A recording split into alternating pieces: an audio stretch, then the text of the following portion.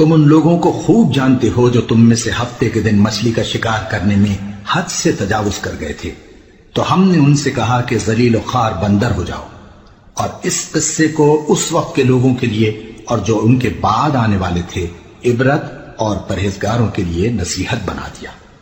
اور جب موسیٰ نے اپنی قوم کے لوگوں سے کہا کہ اللہ تم کو حکم دیتا ہے کہ ایک بیل ذبح کرو، وہ بولے کیا تم ہم سے ہنسی کرتے ہو؟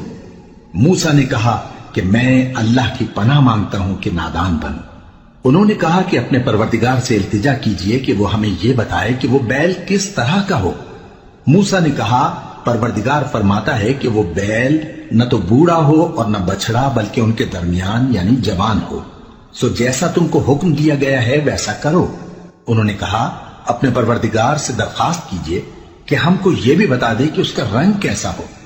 موسیٰ نے کہا پروردگار فرماتا ہے کہ اس کا رنگ گہرا زرد ہو کہ دیکھنے والوں کے دل کو خوش کر دیتا ہو۔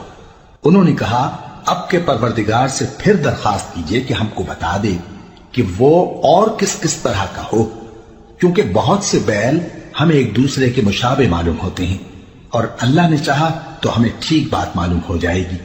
موسیٰ نے کہا کہ اللہ فرماتا ہے کہ وہ بیل کام میں لگا ہوا نہ ہو، نہ تو زمین جوتتا ہو اور نہ کھیتی کو پانی دیتا ہو، بے عیب ہو، اس میں کسی طرح کا داغ نہ ہو۔ کہنے لگے اب تم نے سب باتیں درست بتا دی۔ غرض بڑی مشکل سے انہوں نے اس بیل کو ذبح کیا، جبکہ وہ ایسا کرنے والے لگتے نہ تھے۔ اور جب تم نے ایک شخص کو قتل کیا تو اس میں باہم جھگڑنے لگے، حالانکہ جو بات تم چھپا رہے تھے اللہ اس کو ظاہر کرنے والا تھا۔